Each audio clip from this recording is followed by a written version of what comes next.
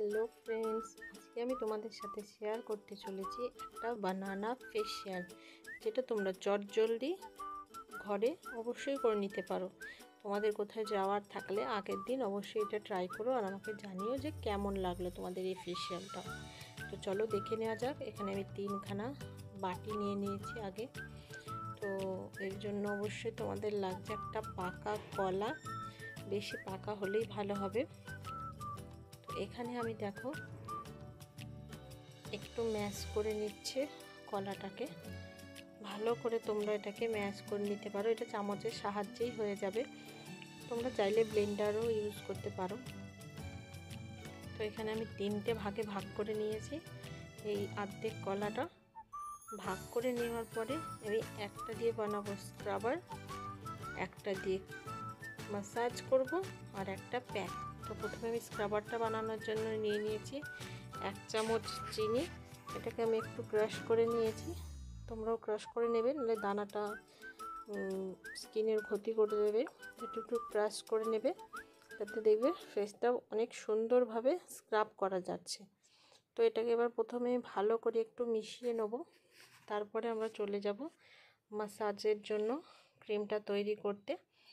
এই কলার মধ্যে আমি একটুখানি দিয়ে দেবো, এই দেখো অল্প পরিমাণ অ্যালোভেরা জেল।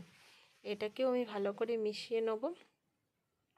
আমি এটা ভয়েস ওভার করছি কারণ আশেপাশে খুব জোরে গান চলছিল, তো এর জন্যই আমি ভিডিওটাতে ভয়েস দিচ্ছি।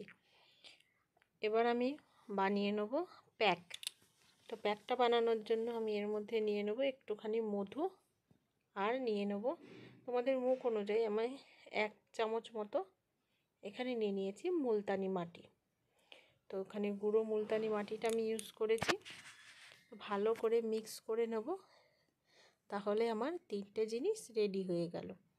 এবার যেটা করতে হবে সেটা মুখটাকে ভালো করে প্রথমে পরিষ্কার করে নিতে হবে, যার জন্য আমি আমার চুলগুলো সব পেছনে নিয়ে একটু বেঁধে নেব।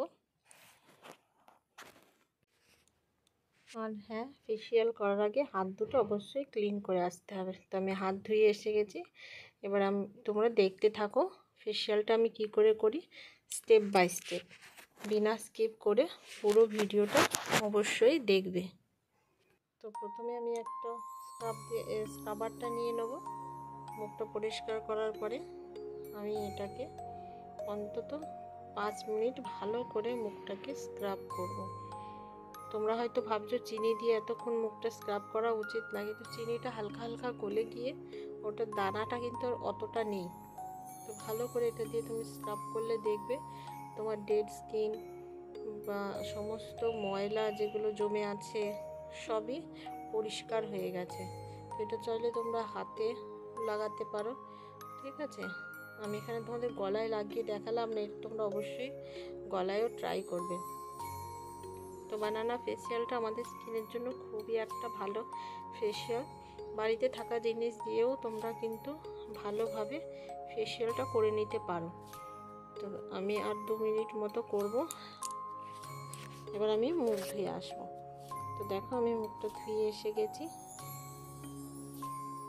মুখটা ধুয়ে আসার পরে কাছ থেকে দেখাচ্ছি তোমাদের, একটা গ্লো ভাব কিন্তু অলরেডি চলে এসেছে। এবার আমি যে মাসাজ করার ক্রিমটা বানিয়েছিলাম সেটা দিয়ে মাসাজ করে নেব কিছুক্ষণ। এটা যতক্ষণ তোমরা মাসাজ করবে ততটাই তোমার স্কিনে গ্লো আসবে, তত বেশি। তো আমি এখানে 5 মিনিট মতো এটা দিয়েও মাসাজ করব।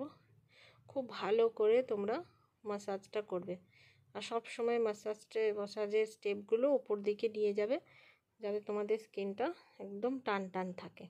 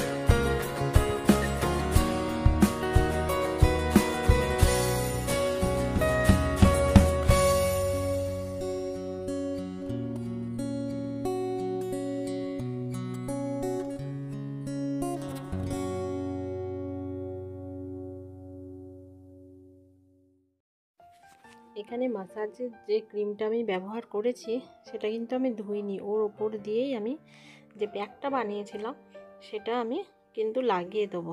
কারণ তার মধ্যেও যে জিনিসগুলো রয়েছে, যে বানানা আর অ্যালোভেরা জেল, এটা আমার স্কিনটা আগে থেকেই একটু ময়শ্চারাইজ করে রাখবে, যাতে প্যাকটা লাগানোর পরে আমার স্কিন ড্রাই হবে না। কারণ আমার স্কিন একটু ড্রাই, তো যেহেতু মুলতানি মাটি আছে, তো ড্রাই হওয়ার সম্ভাবনাও থাকতে পারে।